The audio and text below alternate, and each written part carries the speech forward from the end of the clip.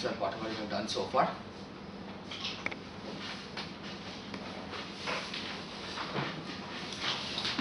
So today we are going to start a new subject, gravitational waves.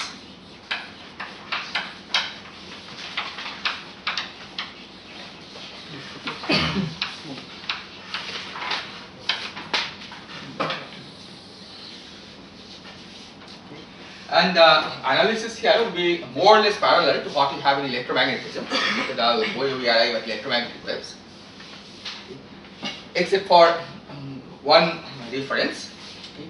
So if you recall, in the case of electromagnetic waves, okay, the way we arrive at the existence of electromagnetic waves is to simply solve solve Maxwell's equation in the absence of any source.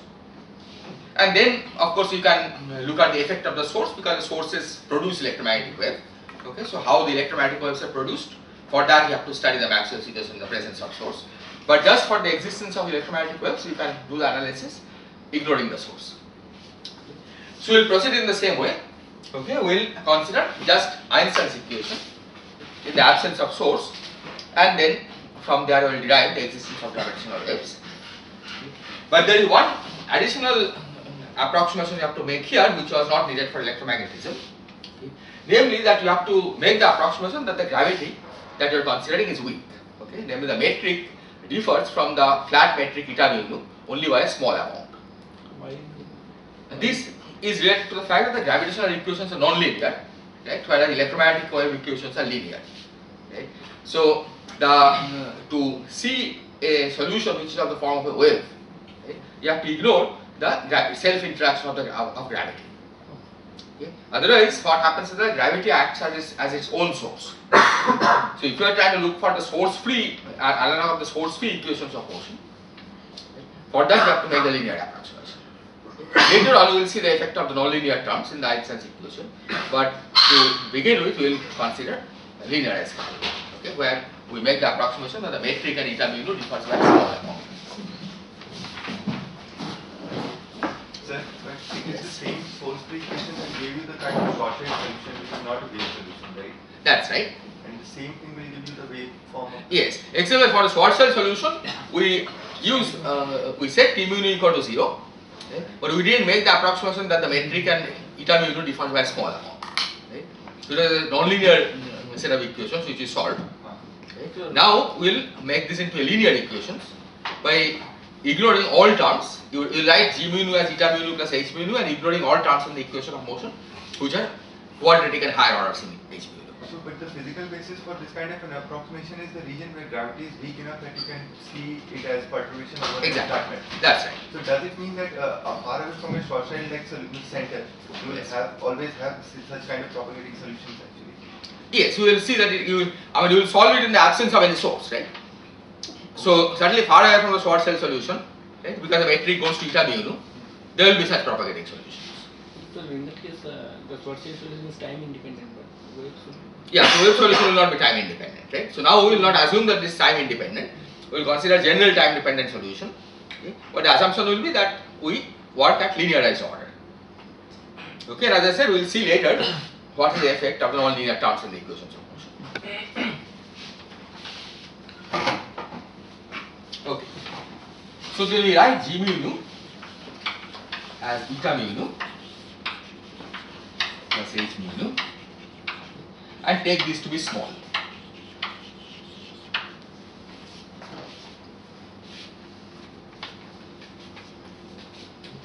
In this case, we can calculate g mu nu, okay, because g mu nu after all is g inverse, the mu nu component of g inverse.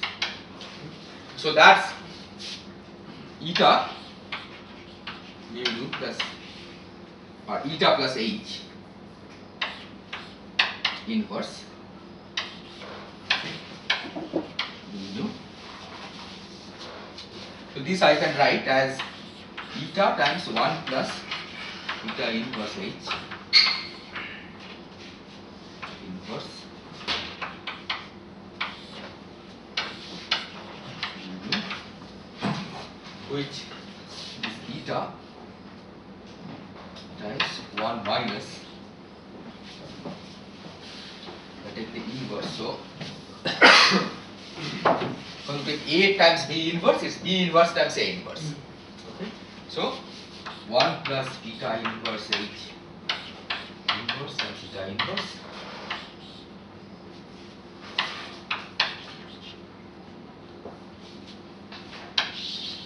So this is eta inverse plus minus eta inverse mu nu, which is eta mu nu minus eta mu rho H rho sigma eta sigma rho.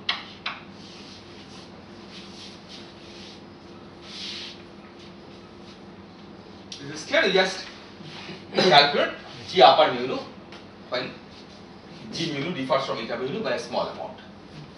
Okay, so plus order H square term is very important. And now we will introduce the notation that this quantity is what we will call H mu nu. In other words, all the indices are raised and lowered by the etas from now on. Okay, and the reason is that in general, of course, you would like to raise and lower by G, okay, but G and eta differ by ordinary order H term. So if you are going to raise the index of H, right, and if you are ignoring terms of order H square, you can use eta to raise and lower index. Similarly, H mu nu will be like H rho nu times eta mu rho.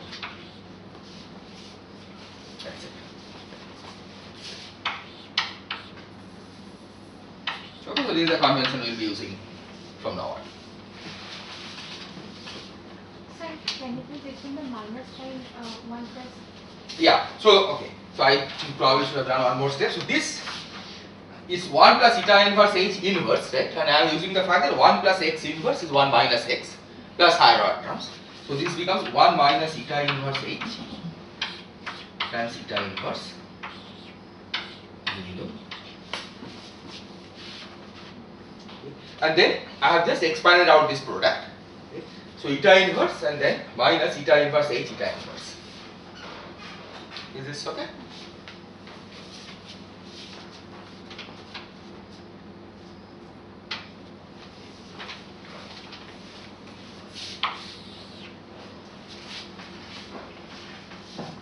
Okay.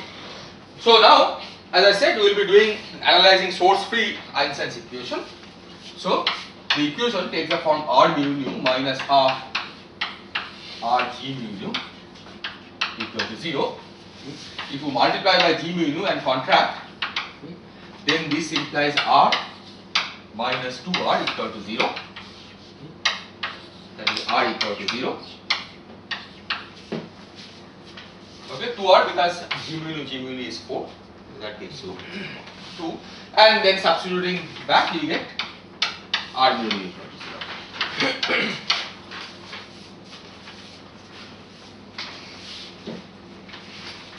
So the idea now is that we take G mu nu equal to eta mu nu plus H mu nu and then express R mu nu in terms of H to linear order. Okay. In the calculation of R mu nu, you need also both G and this inverse. Okay. And inverse for the inverse, you have to use this formula. We have to use this formula. Okay. This is the G upper. So I will not do the algebra here, and I will leave it as an exercise to check that R mu nu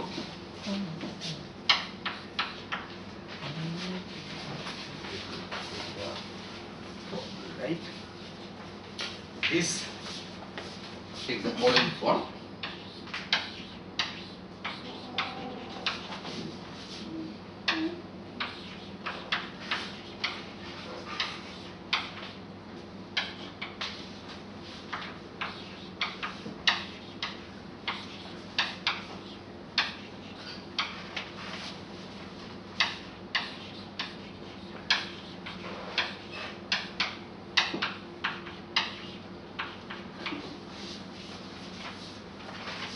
Okay, so this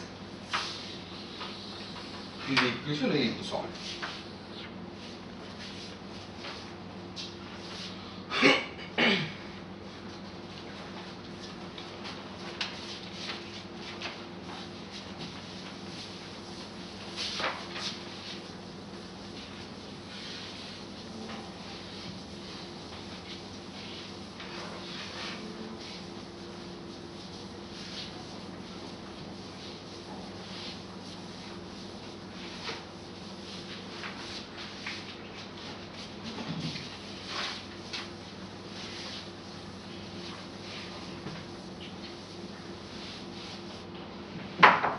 Is this okay? Okay, so this is something that you can check. It's lambda lambda. Yes, so these are contractions, lambda lambda. This is H lambda lambda. Okay, which is nothing but G rho sigma H rho sigma. Okay, now we have to do one more step, which is the idea of gauge transformation.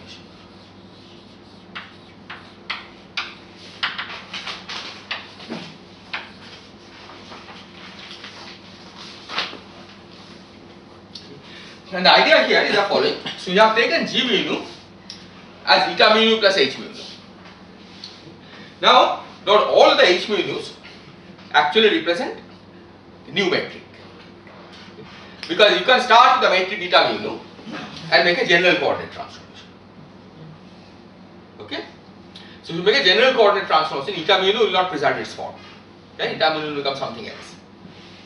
So if you take, for example, an infinitesimal coordinate transformation, then it will, the transformed object will have the form of eta mu nu plus something. Okay. So if H mu nu has a form of that something, whatever you get by coordinate transforming eta mu nu, then you know that it's not a new metric. Okay. Those H mu nus do not generate actual deformations of the metric. It's the same metric written in a different coordinate system. But sir, that doesn't guarantee that H mu nu will be small. When I do a coordinate transformation.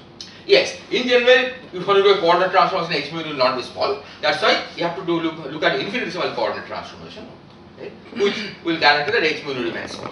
Right? So if H mu nu is if the coordinate transformation is infinitesimal, then H mu nu is infinitesimal. Or put another way, you take a coordinate transformation, assume that the transformation parameters are small, and you want to linearize order in those transformation parameters. Is this clear? So let's see what you get there. Okay. So we begin by writing down the general transformation law. So G prime mu nu of x prime is del prime mu x rho del prime mu x sigma G rho sigma of x. Okay, this is the general transformation law. And now let's take x rho as x prime rho plus zeta rho of x prime, and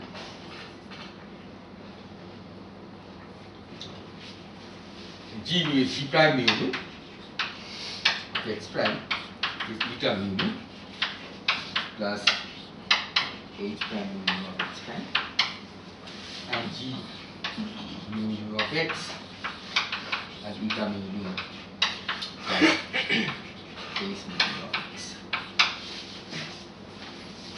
Okay. And for consistency, we have to take zeta to be small, okay, zeta of the same order as h.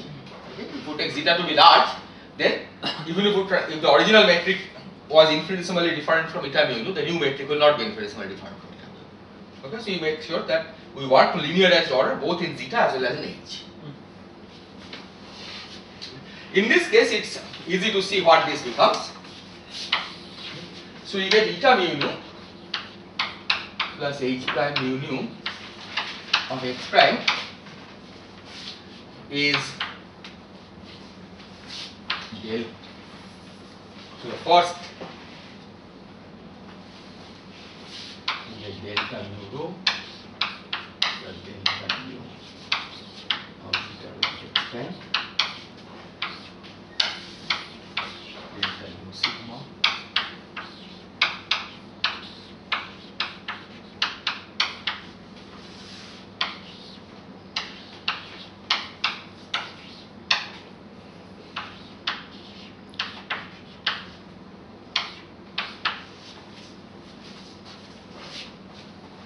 this now we expand out, okay, and we keep terms which are up to linear order in h and linear order in zeta, okay, but ignore all terms of order h square or zeta h. So the first leading term of course is zeta mu nu, okay, that comes from product of these, and then essentially you have to pick either this term or this term or this term in the product, okay. You cannot take pick two of these because they have to be quadratic order.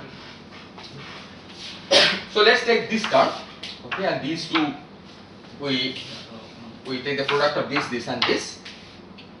That will give us, what should it give us?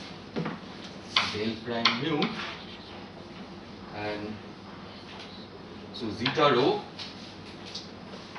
that rho becomes nu, rho becomes sigma and sigma becomes nu. So del prime mu, zeta x prime, zeta, there's some mistake somewhere. Yeah, rho becomes sigma, sigma becomes This thing was when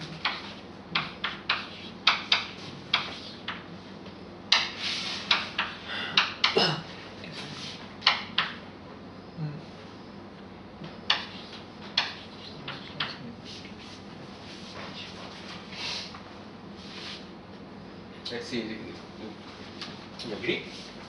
So where does this term come from? That's easy. Delta mu rho, delta nu sigma, h rho sigma. Right? The two deltas convert rho to mu and h sigma to nu. So that's this term. Then you have this term del prime mu as it is. So zeta rho, eta rho sigma brings it down to zeta sigma, zeta lower sigma. That multiplied by delta sigma nu gives you zeta lower nu. And similarly this one, you multiply this by this and that sort of gives you delta mu and zeta mu.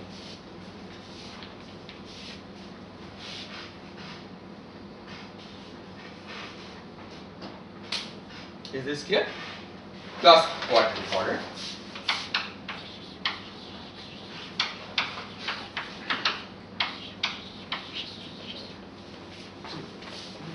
the zeta terms, shouldn't there be eta product?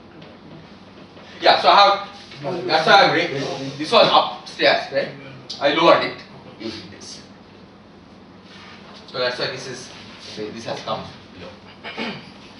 So something which is a wave which is feeling like a wave in one frame can be something which is really a different thing than a wave, right? In another frame, is it? Yes, that's right. Okay.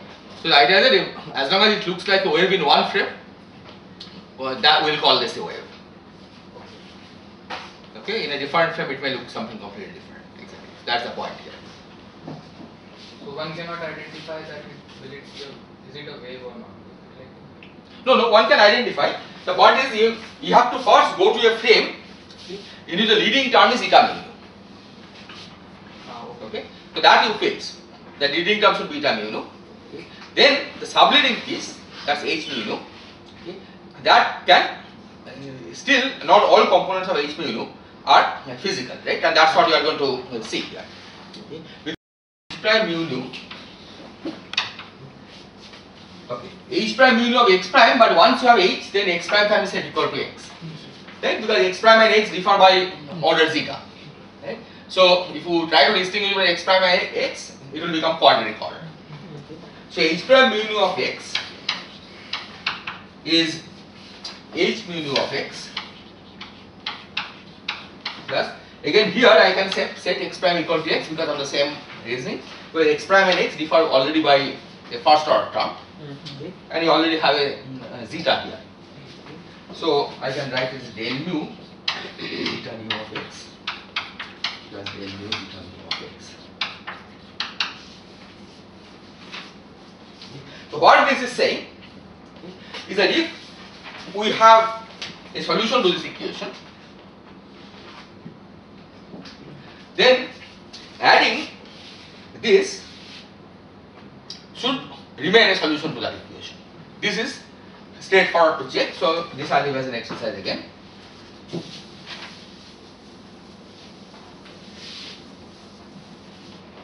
What's the logic?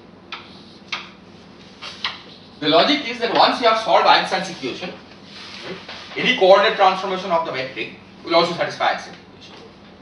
And this was Einstein's equation after all, right? To linearize order. Here, this is the effect of linearized coordinate transformation. So it better be that if this equation is satisfied, if h mu nu satisfies this equation, h prime mu nu should also satisfy this equation. So h prime mu nu is just a coordinate transformation of original h mu. Okay, but this you know from physical grounds. Okay. But you can do the algebra, it's straightforward. So exercise is to show that if h mu nu of x satisfies linearized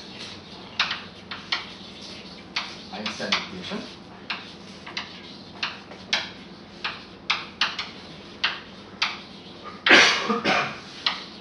so does h prime nu of x. All you have to do is that you take this expression for h prime mu, the h mu nu part automatically satisfies this because of that assumption. And then this part, when you substitute, so when you replace h mu nu by this part, del mu xi nu plus del mu xi nu, you will find that the various terms here will automatically cancel and give you 0 identically. Okay, which is of course a consequence of the fact that this is linearized Einstein's equation and the Einstein's equations are invariant, are invariant general coordinate transformation. So this sum is also solution. Pardon? This del mu zeta mu plus Del mu zeta that's nu. also solution. That Yes. sum is also solution. Yes, exactly. So the point is that when you substitute it here, this is a linear equation, right? That's why. So this will become the same equation with h mu nu, okay, and then this extra piece, right? Which basically means that this extra piece must be a solution to Einstein's equation, automatically, linearized Einstein's equation, right? But this is something that you can check by substituting. Is this clear? And the reason is this, that original Einstein's equations are general coordinate invariant. Okay? If g mu nu satisfies Einstein's equation, g prime mu nu will also satisfy Einstein's equation. Okay? And all you are doing is a linearized version of that. Okay? So as long as you have proved that Einstein's equation is general coordinate transformation invariant, okay, we also know that this must hold. Okay? But if you didn't know anything about Einstein's equation and if somebody gave you this linearized equation, okay, you can still check that h mu nu and h prime mu nu.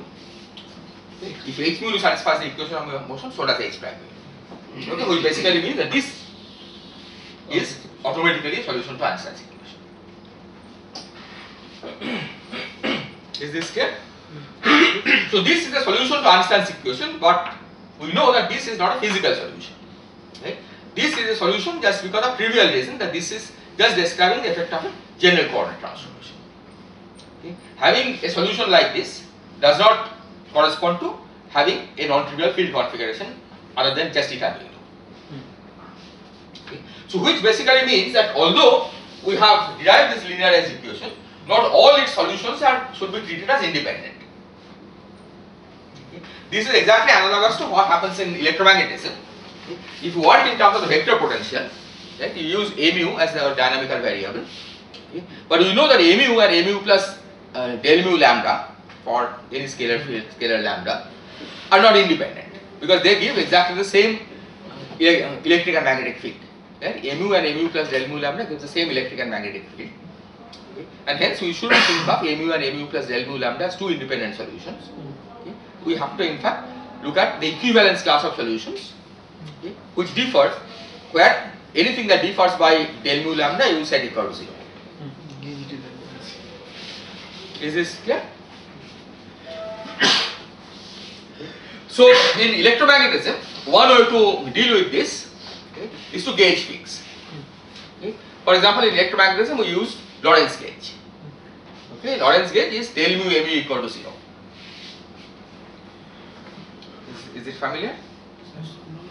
But yeah, Coulomb gauge of course is just the spatial divergence of A equal to 0. That's one possible choice of gauge. Okay.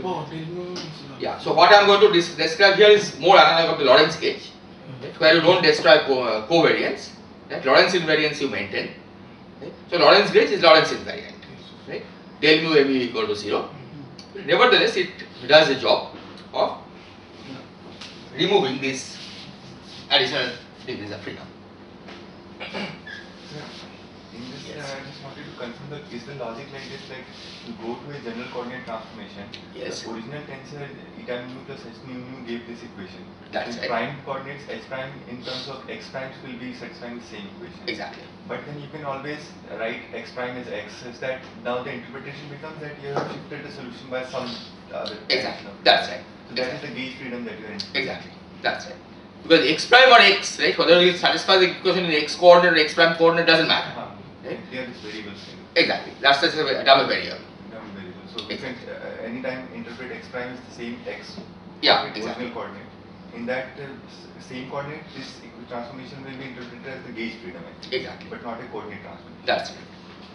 The entire coordinate transformation can be thought as a group gauge group. Yes, so the coordinate transformation in this language, the general coordinate transformation is the generalization of what you normally think of as gauge transformation in electromagnetism. Some are is a larger group. From? Some group. Yeah, it will specify, in fact it's an infinite dimensional group because there are infinite number of variables, right? Because the variables of the transformation are functions.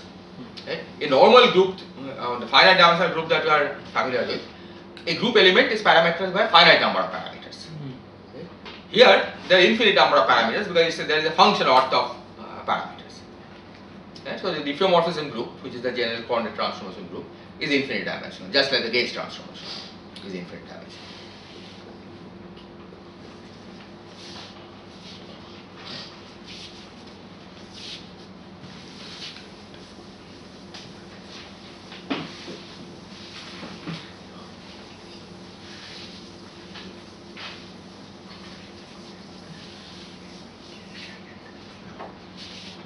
Okay, so we need to gauge fix.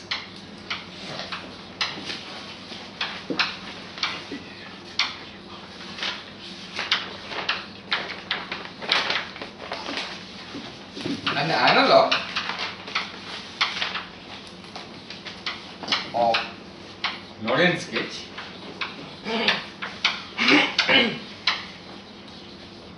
okay, Lorentz gauge is special in the sense that it's Lorentz invariant.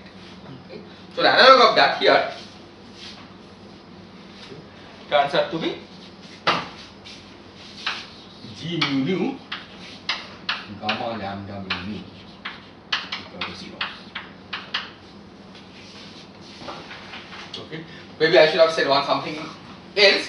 So for gauge transformation in electromagnetism, the gauge transformation parameter is a single function, right, lambda of x. Here, the transformation parameters are 4 independent functions, right? Because the zeta is the gauge transformation parameter, but zeta has 4 components: zeta 0, zeta 1, zeta 2, zeta 3. So you need to actually give 4 independent gauge conditions if you want to fix the gauge transformation completely. Okay? You need 4 independent gauge conditions, and here are the 4 independent gauge transformation conditions because lambda is allowed to take value 0, 1, 2 and 3. So here one index is One index is no, I'm just what I was trying to say that Lorentz invariant. Can we show that this condition is Lorentz invariant? yeah, it is Lorentz invariant. We'll see. When you write down explicitly in the linearized order, right? Then we'll see that it's Lorentz invariant. Right? The Lorentz transformation is a property of the background metric eta, right? So we'll see that it's manifestly Lorentz covariant once we have the linearized transformations. Is it general covariant also? No, it's not. It cannot be general coordinate invariant because if it was general coordinate invariant condition, right, then it will not gauge fix. Oh, Right? Because the gauge fixing means that if you take some metric G mu nu, right, its transform shouldn't satisfy this condition. Yes. Is that clear? Then because if its transform satisfies this condition, then it's not gauge fixing. Right? Gauge fixing means that out of many equivalent classes, okay, many equivalent metrics, you put one. Okay? So suppose G mu nu is some metric and G prime mu nu is another metric which is equivalent to this. Okay? It should be that G mu nu and G prime mu nu both shouldn't satisfy this equation. Is this okay? Right? So it shouldn't be general coordinate invariant, and the existence of the gamma is what guarantees that. Right? Gamma is not general coordinate invariant. yes. Okay, but its can be made more explicit if we use linear order. Okay. I have written it in this form, although we need it only to linear order. Okay. But I have written it in this form because in this form it's also useful in studying many non-linear problems. Okay. If you want to study various non-linear problems in a fixed case, then this is useful. Okay. But for us, we can just use a linear version of this. So exercise to show that to linear order in H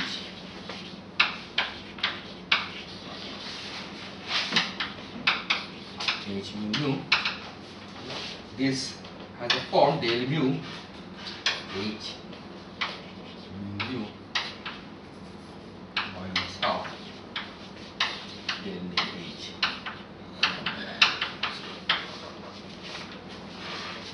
Well, I have just mixed up the indices. Okay, if you want to put the indices correctly, maybe I should have written it this way.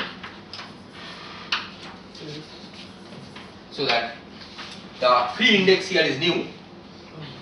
Okay, here also the free index is new. Okay, but it doesn't matter. So this is plus or This is minus.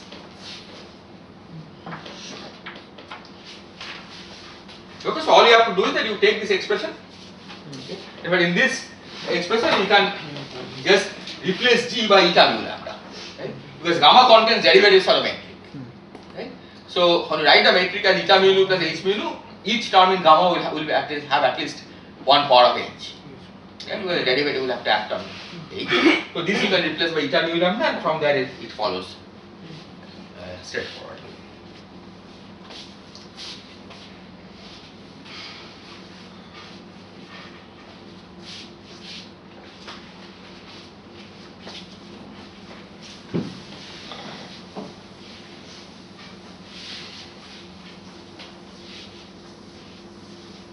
So I want to write all of these here. So gauge transformation is h mu goes to h mu plus zeta mu plus zeta mu, and gauge fixing condition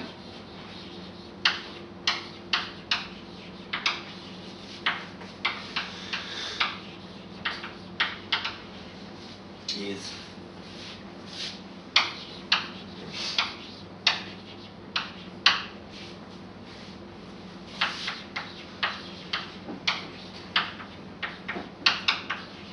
okay. I have just rewritten the whatever it had gotten there.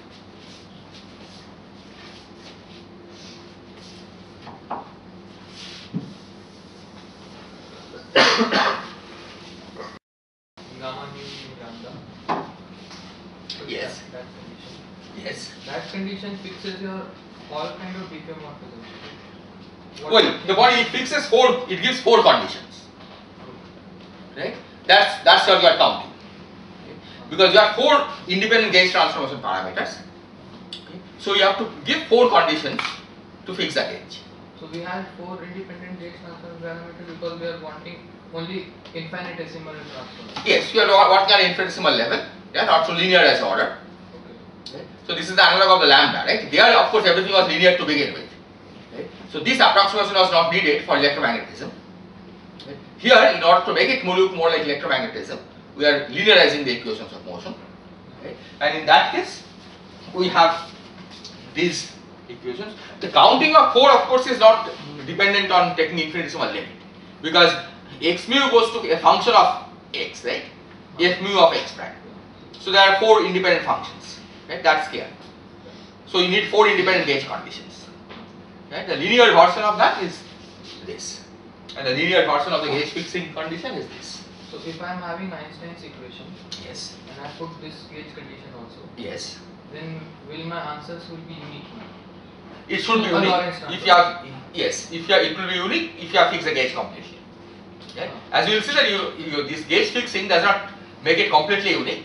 The Lorentz transformation is also available. Yeah, so there is some residual gauge term which is still left over. Okay. But other than that, this gives the deterministic unique. Okay. In fact, this gauge condition is not even necessary. I mean, you don't even talk about Einstein's equation. This just says that if you take any metric, right, which is not necessarily a solution to Einstein's equation. Okay. Given that metric, you have a whole class of other metrics which are equivalent to this, right, related by diffeomorphism, by the general coordinate transformation. Once you impose this condition, right, then generically it picks only one particular metric out of this infinite number of metrics, okay, which are all related to this, each other by gauge transformation. But this is not always true, right, and we will see an example of this soon. Choosing gamma is specifically important because we want 4 independent conditions to be fixed, right? And Yes, all but other- choosing gamma, I mean, I could have written this as some del lambda g mu nu, for example. Right? Hmm. I mean, we need 4 conditions. Yes, that's what I'm asking. That if I take del lambda g mu nu and then contract g mu nu with g mu nu. Yes. So typically that will also do. Okay. Except This is in some specific special choice. circumstances. So typically if you pick 4 generic conditions, right? Hmm. And if you have 4 generic gauge freedom, we have fixed everything. Hmm. Okay. But it doesn't always do so. Right? In which case there is a residual gauge freedom and you have to be more careful. But generically 4 independent conditions will fix a gauge. So the residual gauge freedom that we have in Yes. all of these means electric forms, the equations, the solutions will look the same. It's for the No, we'll see what happens. We have not talked about residual gauge freedom, at least not seen examples of this, right? We will see what residual gauge. So the point is, if there is residual gauge freedom, right, then you have to impose equivalence under those residual gauge freedoms again. Right? Because suppose you have put some gauge condition, right, and you find that there are still more than one matrix which are equivalent under the gauge transformation, right, under general coordinate transformation. That means you have not fixed the gauge completely. So you have to put additional conditions which fix those. gauge transformations. even in QED we need to put one extra condition to fix that the zeta when quantizing the.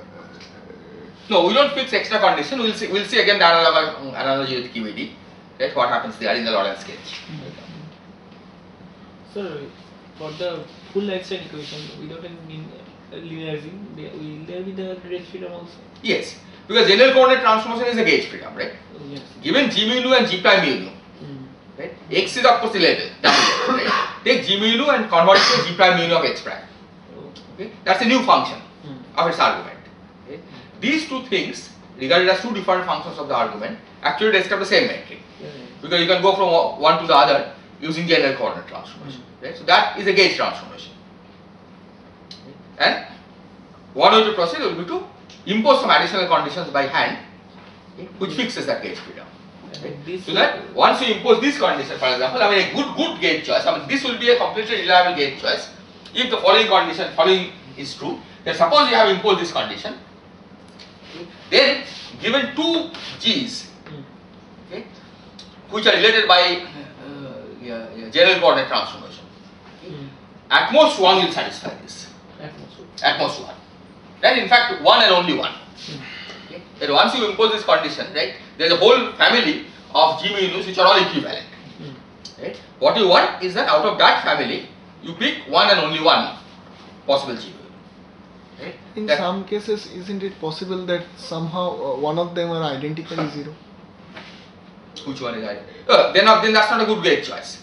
If something is identically 0, Yes, but Right. like for a specific space-time, I don't know previously that some gamma is identically zero or not. yes, so in that case, that is not a good gauge choice for that space time. So, gauge fix, right, you have to worry, you have to check that it is a reliable gauge condition choice. Right? And as I said, if it's not reliable gauge choice, okay, then you have to compensate for it. Right? If the gauge choice is such that out of one orbit, one set of equivalence classes, it picks none, then you have to worry that you are not sampling the space of matrix properly, right? That you will miss a solution altogether.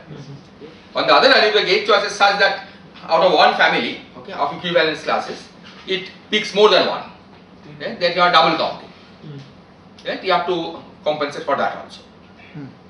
Okay? So typically it's hard to choose a gauge, right, which works under all circumstances. Okay? That's why you have to check at every stage whether the choice of gauge is correct or not. Okay, if it's not correct, then you have to compensate for it. Okay, and we will see that we have to compensate for it here okay, when we actually classify the solutions to answer situations.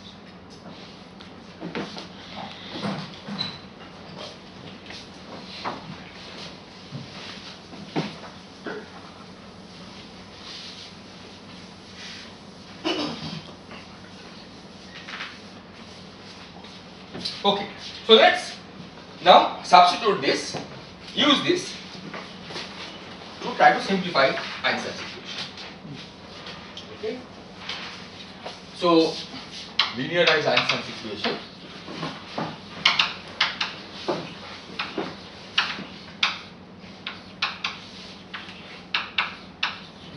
Let's see where the simplification will occur. Essentially, H lambda lambda can be replaced. Del no, u we don't H- know. Okay, you can use H lambda lambda, but you can also use this. Okay, if you want to try to simplify things, okay, you try to simplify contractions of derivatives. Only the first term will serve. Yeah, only the first term will serve us. The point is that this one, del lambda H lambda d. Okay, you can see that it has exactly the same structure. This is del lambda H lambda d. Right, so you can replace by half of del nu H lambda lambda. So we get del rho H nu minus del mu. So del lambda H lambda nu will be del nu H lambda lambda with half. Okay, because this is equal to half of this. Similarly, minus half del mu H lambda lambda, and finally del nu H lambda. So only first. So these two terms cancel this. Okay. So you get the standard wave equation del rho H nu equal to 0.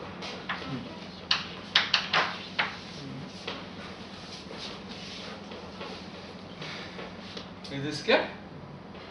Okay. And of course this now can be easily solved. This is wave equation. Right? This is ordinary derivative. This contraction is being done in eta. Okay, not in the way. So the solution to this is easy to get. H mu nu of x is E mu nu into the I k dot x. Okay, right now I am not trying to make it real or anything. You have to add complex conjugate if you want to make it real. So E mu nu is just some constant. So, all the raising and loading are done with eta mu or just order of H terms are done? All of these are order of H terms. So, Right. if you have any term that we get with calculations, all Yes. of them- So the point is that anytime there is an H involved, we write it explicitly. Right? So in that sense, all raising and lowering is done in theta. Okay? If there is an H involved, we would have written it explicitly. Right? There is, like for example, when you try calculate R mu nu rho sigma, there is a G upper mu nu was involved in that expression. Right? The G upper mu nu you will explicitly write as eta minus H. Yes. Right? So that there is a confusion. So yes, so all indices are raised and lowered eta. Okay, so is this clear? Yeah, this is the solution. And to begin with, how many components E mu nu do you have? 10. 10, right? Because E mu nu is symmetric, right? Symmetric 4x4 matrix that has 10 components. But now we have to impose a gauge condition, not gauge this one. Okay, this we have already imposed. Okay, this is what we have solved. Okay. But this H mu nu, okay, it's a solution to the wave equation, but of course it's not a solution to Einstein's equation unless you impose this condition. So the Einstein's equation is related to wave equation only after imposing this condition. So, but getting this, we already used that condition. Yes, you already used it. But now suppose you have gotten H mu nu with some E mu nu and you take arbitrary E mu nu. Right? That is not going to solve this equation. Right?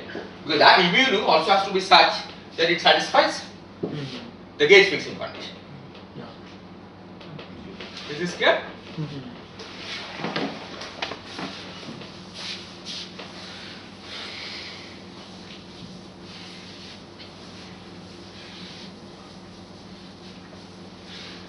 Oh, I should have put that condition. This of course is a solution only if K mu equal to 0. K rho equal to 0. Right, which you can also write as K square equal to 0.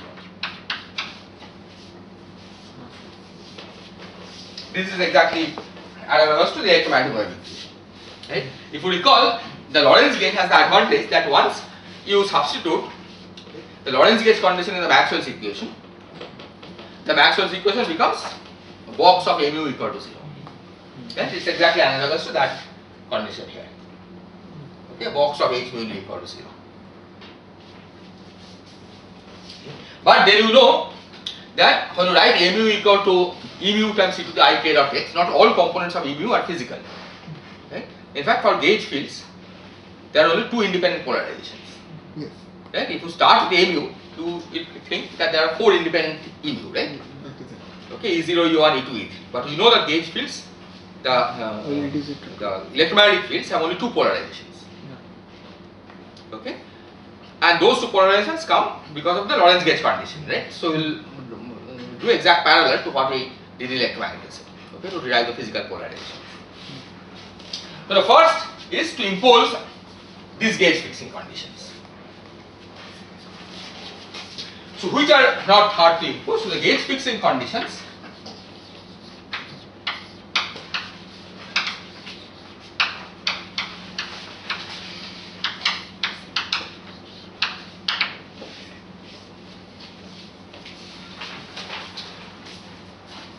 you just have to convert this to momentum space. So G del mu becomes I k mu, right, acting on the Fourier transform. So I we can ignore. So this becomes k mu times E mu minus half k mu times E lambda lambda equal to 0.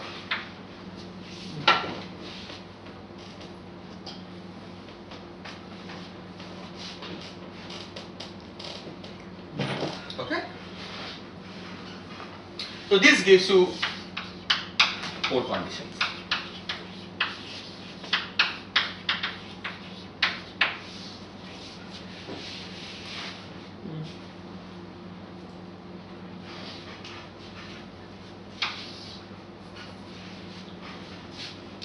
But now we have to check if we have actually fixed the gauge completely.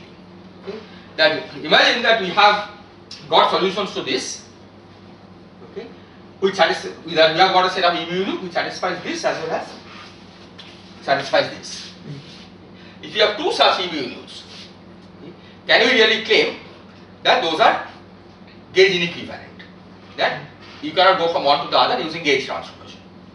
Right? As I said, if the gauge fixing was proper, then it will be automatically guaranteed. Right? Because gauge fixing will pick up only one representative from each class. Okay? But we have not proved that gauge fixing is proper. Okay? So you have to now check if two defined E mu which differ, okay, which are different, okay, two different E mu, each of which satisfies this, give the same, could give the same physical solution. Okay? So for this, let's go back to the gauge transformation laws here, okay, and then look for gauge transformation parameters of the kind, okay, which does not change the structure that you have obtained. Okay. If you take arbitrary functions of x, zeta nu to be arbitrary functions of x, okay, then even this form is destroyed, right? There is no reason for it to have the form e to the I k dot x. Is this clear? Then it could be any function. Right? E to the I k dot x with k square equal to 0 is a very special class of functions. Right? Otherwise, you could decompose zeta nu into its Fourier mode. That can always be done. Okay? But that decomposition should involve integral over all k, okay, irrespective of whether k square is 0 or not. So that's a much bigger subspace. So clearly, we don't want to go. See, if you took an arbitrary zeta nu, then we even go out of this subspace. Okay, so that's clear that those are not the ones we are interested in, right? Those you don't have to worry about. Okay. So you have to worry about those zeta nus which keep us in this form. Okay, so that we can now, so that only for those zeta nu's you have to worry whether two different solutions could give the same configuration, should correspond to the same configuration. Is that point clear? Those zero nuls fit by the gauge condition that we put in G mu, gamma. Yeah. Now, what is zeta nu is arbitrary at this stage. At this stage, zeta nu is completely arbitrary. Now, I am saying that if we take arbitrary zeta nu, Then this form is not. then this form is not preserved, right? Okay. And now we are comparing only within this form. We are trying to see if there is a zeta nu which can relate two solutions of this form. So that we already did by when we took our gauge condition that G mu, gamma, lambda mu. When we took that condition, we already selected some special. Yes, but have we selected? Have we made the selection such that there is only one representative? We didn't prove it, right? Okay, we selected some, but that was an ad hoc selection. We have to now make sure that we have chosen only one representative. Right? If we have chosen multiple representatives, then we have not done things correctly so far, right? We have to do more work. So, what kind of zeta nu will preserve this form?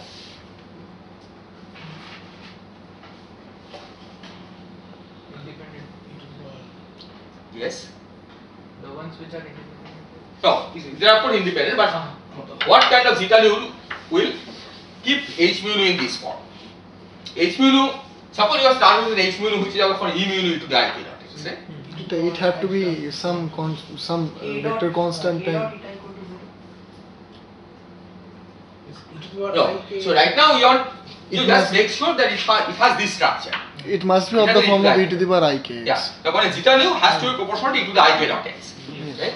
Because then when you take the derivative, it brings down the ik nu, right? But the multiplicative factor is still e to the ik dot x.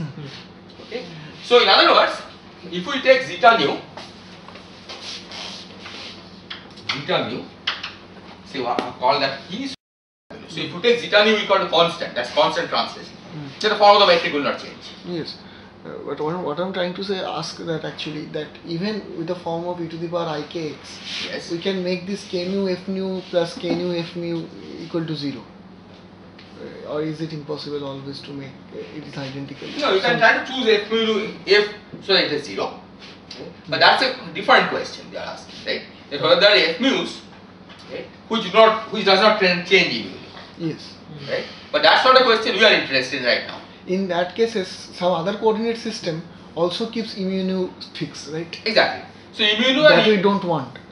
We want e mu nu to be fixed in a specific coordinate system to. no, if there is a symmetry, for example, eta mu nu remains eta mu nu Hmm. under rotation, for example, Hmm. right? So that's not a problem. It's just a global symmetry of the metric. Hmm. Right? So it can happen that certain metric can have global symmetries. Yes. Right? Absolutely. So that is an interesting question, but for a different purpose, right? Not for the purpose we are trying to study here, right? Because our goal here is to classify the inequivalent e mu nus, right? So if there are some coordinate transformations which do not change e mu nu, right? As I said, that's an interesting observation that can happen for certain cases, but that's not what is going to give us answer to the question that we are trying to study right now. Right? Because you want to see how to classify independent e mu nus. Is that clear?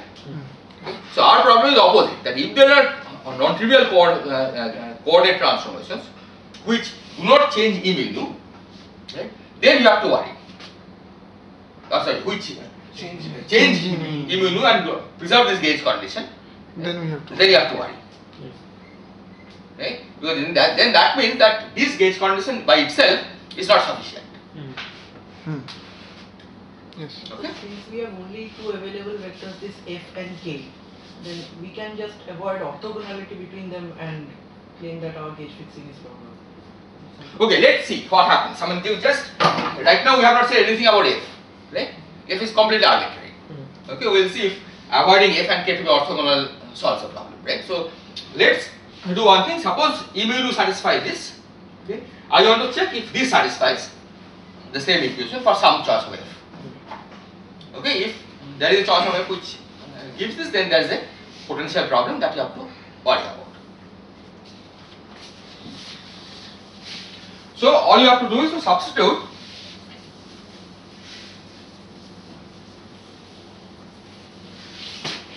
we have to substitute this E mu nu already satisfies this condition, right?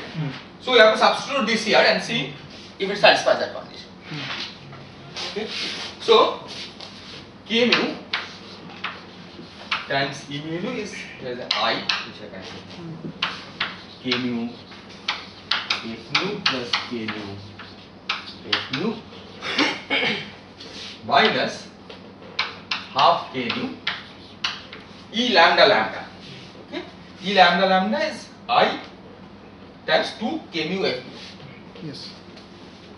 I times 2 K mu F nu. K mu F nu. K mu. K mu. No, K mu F nu. Equal to this. One K square is 0 itself.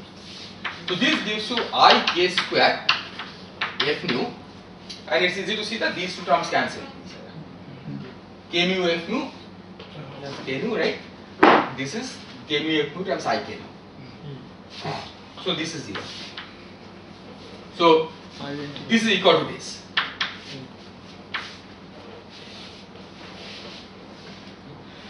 But our K square is 0. Right? So then this means this is identically 0.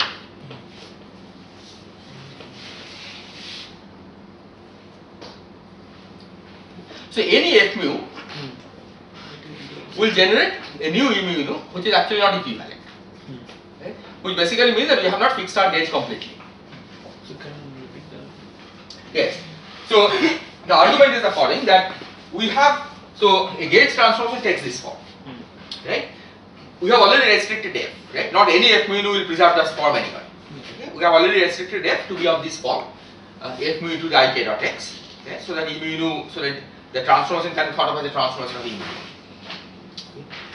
Now we check if this new, if original E mu nu satisfies gauge condition, or the new E mu nu could also satisfy gauge condition. Okay? For that we have to check if this, when substituted here, gives you 0 or not. So we substituted this here, and this is what we got. identically? It's identically 0. So for any arbitrary F mu nu which gives such form, Exactly. So for any arbitrary F mu, okay, it is saying that the gauge condition has not been implemented completely. Okay. So we have to now make an additional identification of this E mu nu, that we have to first pick this condition anywhere, because this condition is necessary to even arrive at the original equations that we got. Okay. But on top of that, we have to now demand the two E mu nus which differ by a term like this are actually equivalent. okay. Is this clear?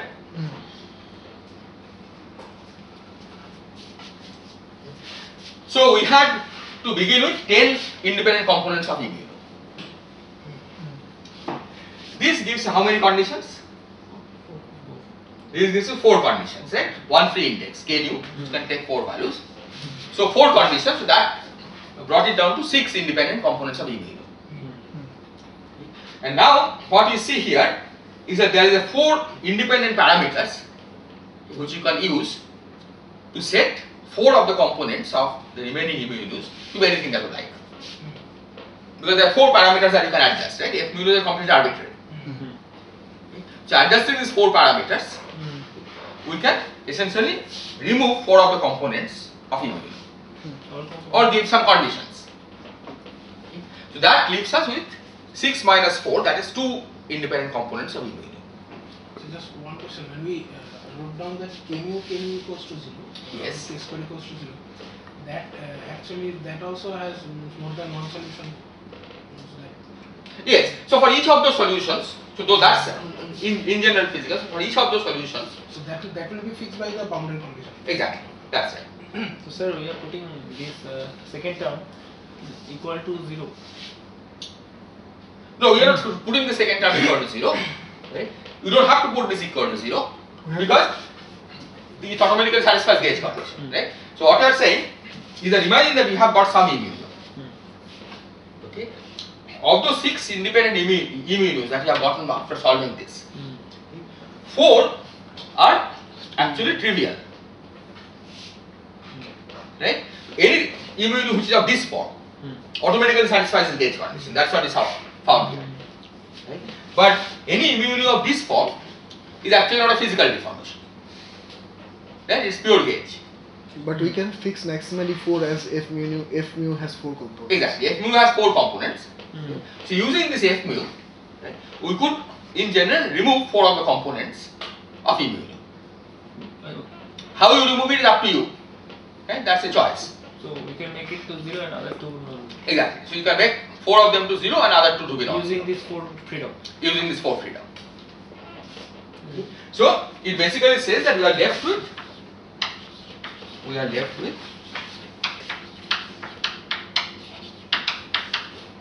two independent solution for each k.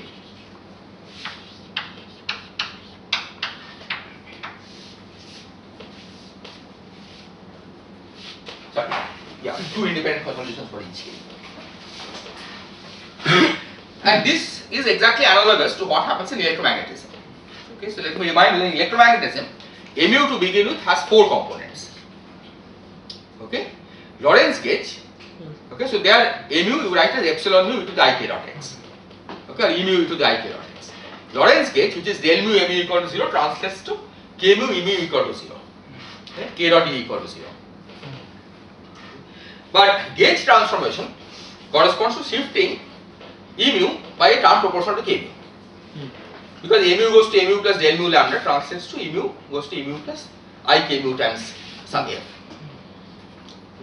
But that transformation doesn't violate the Lorentz gauge condition. Again, exactly because of the same reason, because k mu acting on I k mu f gives you 0 when k square is 0. Right? So that's an extra freedom that you have. Using that f, you can remove one more degrees of freedom from the 3 that were left with. Okay. To start with 4, k mu e mu equal to 0 removes 1. Yeah, that's the analog of these over here. And then the freedom that you can still shift e mu by a term proportional to k mu, okay, can be used to remove one more. Okay, and you can choose. The second step you can do in very different ways. Okay, so one way of doing this is to choose this transverse gauge. Right, where if the wave is moving, if k is along the third direction, okay, you can choose your e's so that only e1 and e2 are non-zero. So we can also make the longitudinal also. Well, you can always add any k mu proportional, any term proportional to k mu to e mu. Right, that's a perfectly good choice of polarization vectors, right, for electromagnetism. Right, so conventionally you choose transverse polarization. Right, where the e's are orthogonal to k, but that's not necessary because you can add to e mu anything proportional to k mu. And also any 2 components can be made to ones. Yeah, so the point is that ultimately the idea is that you have 2 independent components. Okay, how you choose those 2 independent components is up to you.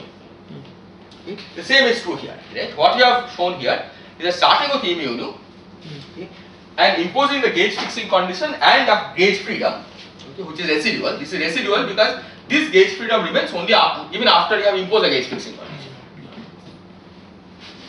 Okay.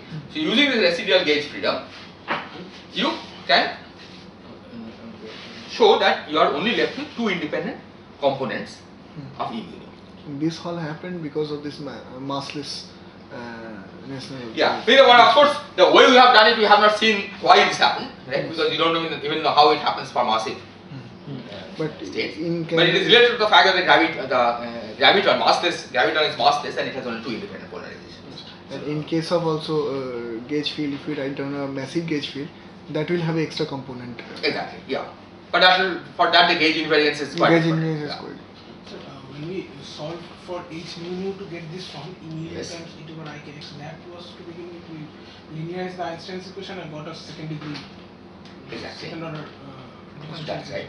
So from there, couldn't we have said that if we get independent solutions of h mu, there can be at most 2. From there it is hard to say. If you just had this, No, it's, after fixing, we got the equation del rho Why del because- upper row h mu nu equals to 0. The way we do That is it. the No, no, second- that too is different. So this is a partial differential equation, right? And it has many components. H has many components, right? So these two is not related to the fact that it's a second order differential. So there will be 20 term, 20 independent constants. Yeah, so not 20, 10. Because H mu, E mu nu has 10 independent components, right? The 10 times, it's not even 20 because it's partial differential equation. If it is an ordinary differential equation, then you are right that there will be 20 independent constants. In partial differential In partial differential equation, that can be infinite number, right? Any function. Yeah, because take number of solutions with k square equal to 0, there are infinite number of k's, Yeah. right? Because it's k0 square minus k vector square equal to 0. But for every such k, okay, which satisfies k square equal to 0, we have two independent solutions, okay, which up to gauge equivalence. That once you impose the gauge equivalence, then there are two independent solutions. Okay. So next time we will try to classify this in more detail. We will see what is the analog of the choosing the transverse polarization for the gauge fields. Okay, for Maxwell's case, okay, as I said, even though it is not necessary, it's a useful thing to choose the polarization vectors to be transverse. Right, which means if the wave is propagating in the third direction, you choose the polarization vectors to be only in the 1 and 2 direction. Okay, or you can choose circularly polarized, right, which is a linear combination of 1 and 2 polarizations. So we will work on the analog of that for gravity. Okay, and then we will see what is the effect of the nonlinear terms. So starting from Einstein-Hilbert action, is there any way of generating a mass term? It doesn't seem so because we'll get derivatives only. Yes, that's right. So what is the what do people generally do to write down a mass term for the gravity? Well, you don't want to write down a mass term for the graviton, right? Because gravity is really massless. But the closest to writing down a mass term for the graviton is to put a cosmological constant, right? Because if you add a lambda g mu nu, that doesn't have derivative, right? In the Einstein's equation, r mu nu minus half g mu nu what? You write it as the t mu nu, right? 8 pi g t mu nu, but then in that t mu nu you can add a term proportional to g mu nu. It doesn't destroy general coordinate invariance, and that has no derivatives, right? So that's the closest analog to what you can do for a mass term for the graviton. In the flat Minkowski spacetime, okay, if the flat Minkowski spacetime is a solution, then the graviton is massless.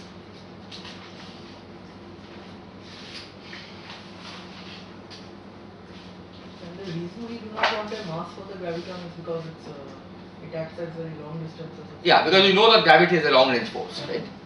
So there is no experimental reason for having a mass term for gravity. Okay, as I said, I mean, of course there is experimental, you know now that there is a cosmological constant. We know. We know, right? So in that sense, there is a, you can say there is a mass term for graviton, but that mass is so low that it's not measurable in normal experiments, right? It's the cosmological scale. It's the inverse of the cosmological distance scale. And so the second, like non-linear terms in our equations, Yes. those terms will create a self-interaction. Yes, those will create self-interaction, and we will see what the interpretation of those terms are. And can they make your waves to decay or something like that? They could, in principle, right? But the point is that the gravity is so weak, right, that for their effect to be seen, I mean, even gravity waves people haven't seen directly. Right? To see the nonlinear interaction between gravity waves and eventual decay is very, very hard, right? So, as far as experimental purpose is concerned, you can ignore those interaction terms. Right? But theoretically, those interaction terms play a role, right? In fact, they will be the one which will be responsible for the energy density carried by the gravity waves. Okay. So far, the way we have formulated the problem, we don't think gravity has a source of energy density, Yeah, right? Because energy density sits on the right hand side of the Einstein's equation, right? But we will see that there is a way to rewrite Einstein's equation in which you can talk about energy density carried by gravity. Okay, and for that, those nonlinear terms will be relevant. So this we will try to discuss next time. So here we can say that gravity acts on its own source. Yes. So the point is that linear terms will keep on the left hand side, all the nonlinear terms will take on the right hand side. We make it a homogeneous linear equation, keeping all the other terms. On the right hand side, right? And we will interpret that extra term that goes on the right hand side as the energy density due to gravity. Right, and I mean it will have some useful consequences. For example, the conservation law of energy momentum tensor conservation law, right? We have been writing as d mu T mu equal to 0, the covariant derivative, right? If you do it this way, right, keep only the linear terms on the left hand side and keep everything else on the right hand side, then it becomes an ordinary derivative. Yes, and that Del mu T T will mu. consist the matter and the And the gravity gravity, both. exactly. That T mu will now consist of matter, energy momentum tensor, and gravitational energy momentum tensor. Energy momentum tensor to the gravitational field. Exactly. So by definition, right, that anything that is nonlinear we will keep on the right hand side and declare that to be the energy momentum tensor to the gravitational field. And with that, it will satisfy the usual conservation law, right? Not d mu T mu equal to 0, but del mu T mu equal to 0. Right? From which we know that you can derive the usual conservation of energy. So sir, then if so, then you are like assume electromagnetic. Yes. Now you will have a small T mu of electromagnetic tensor because No, electromagnetic tensor of course is already on the right hand side. Everything in the electromagnetic tensor will be on the right hand side. yeah, but now since you have linearized your equation, as you are telling that now only partial derivative is required to make conservation law, right? But the energy momentum tensor of electromagnetism will still have the capital T mu. Oh, so only the term of the Only the term that appears in the conservation law of T mu, right? That will be take the form of del mu T mu equal to 0. Because all you are doing is that you are keeping all the nonlinear terms on the right hand side, right? But original terms are also, which are on the right hand side, of course will have to be intact. Right? So those will be there as they are, plus there will be additional terms, and this sum will satisfy the usual conservation law del mu T mu equal to 0. And then so this equation will no longer be a tensorial equation. It will not be, exactly, right? So this makes sense only for weak gravity. And you have chosen the frame by a gauge choice. Exactly. We have chosen the frame that we are assuming there is some frame in which the metric is approximately eta mu nu, right? And in that frame you could formulate the problem this way.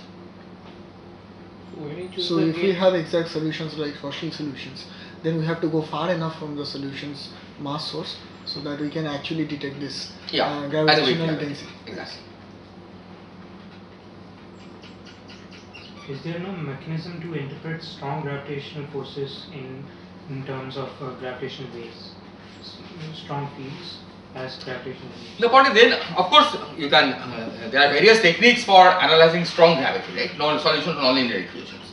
These are, they will not look like gravitational waves, right? Normally, what we call waves, plane waves, right, which propagate without scattering, right? That is absent for strong gravity, because by definition, plane waves are not solutions to the full nonlinear Einstein's equations, right? Even in the absence of source. So in presence of source, the like Schwarzschild metric, there can be some perturbation wave over that background. Yes, that's right. Yeah. So that can. So far away, you can think of this as gravitational wave interacting with Schwarzschild black hole. Near the core of the Schwarzschild black hole, of course, you cannot use this. Right? There you have to use a perturbation, okay, a different kind of perturbation Perturbation around the Schwarzschild background, right? But those will not have interpretation as the usual gravitational wave that we discussed. Right? This decomposition of the in the Fourier modes, right? It's not going to be useful there. Because the Fourier modes, mode decomposition came because the equation became box of E mu nu equal to 0, right? Box of H mu nu equal to 0. That box, if it involves covariant derivatives, then of course the Fourier decomposition is not a useful thing to do, right? Fourier decomposition is not only a single way to understand waves. In case of more general waves, where we talk about periodicity only rather than a sum of Fourier terms, but some other kind of a periodic function which can be defined. Yeah, but in general there is no periodicity, right? In the case of Schwarzschild black hole, for example, Yes. there is no reason why the solution should be periodic. Because you break transition invariance. Yes. Because the black hole background is there at some point. Yes. Yes. You can still analyze the solutions, the small fluctuations in the Schwarzschild background. Yes, that's Right? Those are useful for other things. But all I am saying is that they will not be interpretable as gravity waves. So in that case, if I don't take h to be very small, I can always write down G2 by eta mu nu plus some h mu nu, where h mu nu can be any factor, right? Yeah, but then it's not very useful, right? Yes, because it's going to have many source terms which will actually interact with the. But if the source is of order 1, right? Yes, I Then cannot. this decomposition into Yes, source and h mu nu is not useful. yes, yes. Right? It's only when the source is small Hmm. that it's a useful concept. So in case of strong gravity, it's only exact solutions are important. Like Yeah, shows it. exactly. Or exact solutions or approximate solutions, but approximations of appropriate kind, right? Hmm. Where you don't interpret take the metric to be close to eta mu nu, but maybe something else. Hmm.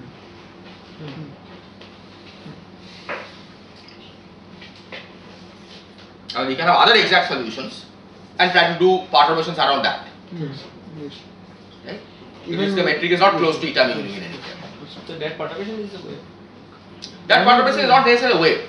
The Right? perturbation will be a perturbation. It's a perturbation, Yeah. right?